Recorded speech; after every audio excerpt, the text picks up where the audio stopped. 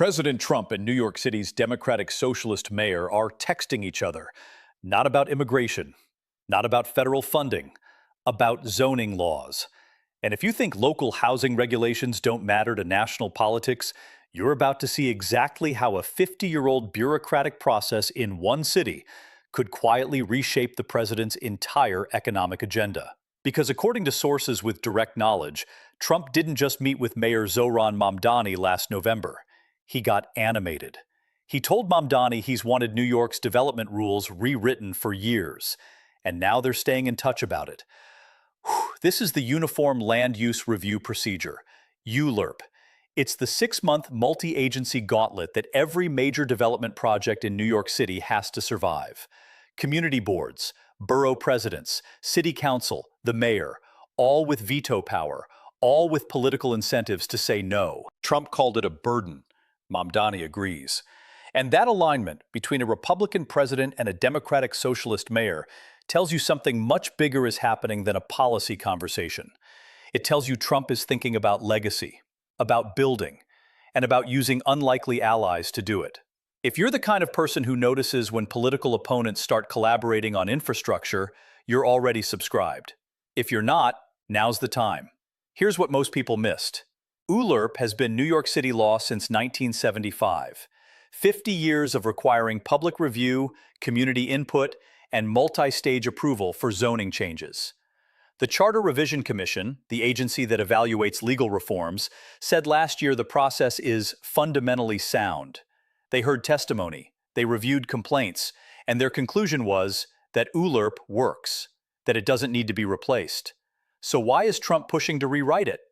Because he's a developer, and developers hate ULURP. It takes at least 6 months. It requires approval from community boards that have every political reason to oppose new construction. It gives borough presidents veto power. It forces projects through the city council, where a single member can kill a proposal to protect their district. And even if the mayor approves, the council can override. This isn't streamlined. It's designed to slow things down. But here's the contradiction nobody's talking about. Mamdani ran on affordable housing. He's a Democratic Socialist. His entire platform was about building more units, lowering rents, and taking on real estate interests. And now he's sitting across from Donald Trump, who spent decades building luxury towers in Manhattan, and they're agreeing that the same process is the problem.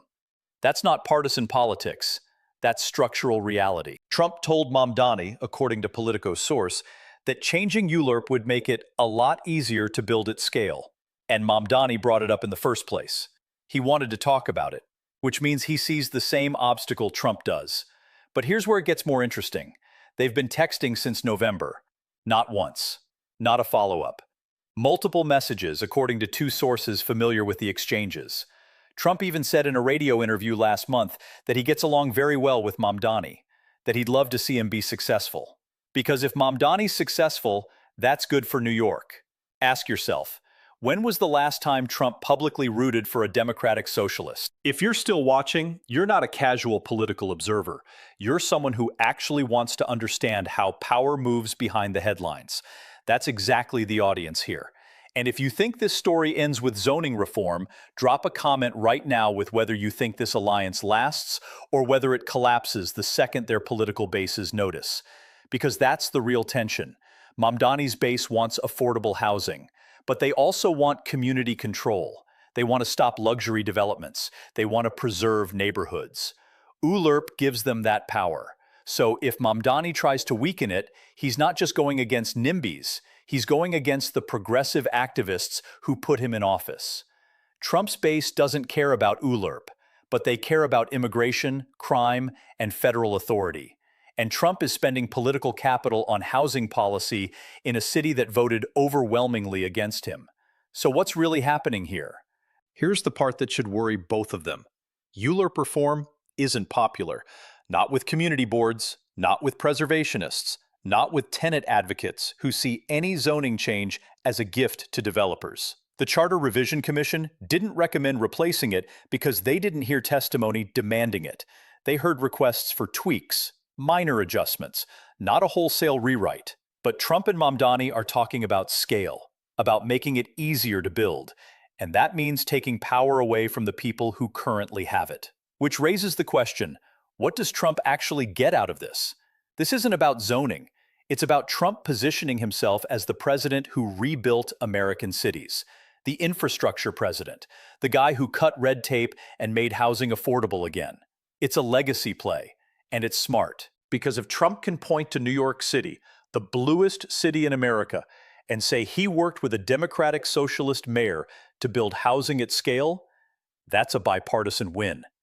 That's something he can campaign on. That's something that appeals to independents, moderates, and even Democrats who are frustrated with housing costs. Mamdani gets to deliver on his promise.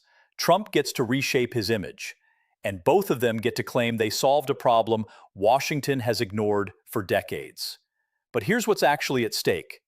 If ULURP gets weakened, New York City's development landscape changes overnight. Projects that would have taken years move faster. Luxury towers get approved. Affordable housing gets built, yes, but so does everything else. And community boards, the hyper-local bodies that give residents a voice in what gets built in their neighborhoods, lose power. That's the trade-off. More housing, less control. And depending on where you stand politically, that's either progress or surrender. Trump understands this. He's been fighting ULURP since the 1980s. He knows how much money gets left on the table because of 6-month review processes. He knows how many projects die in community board meetings.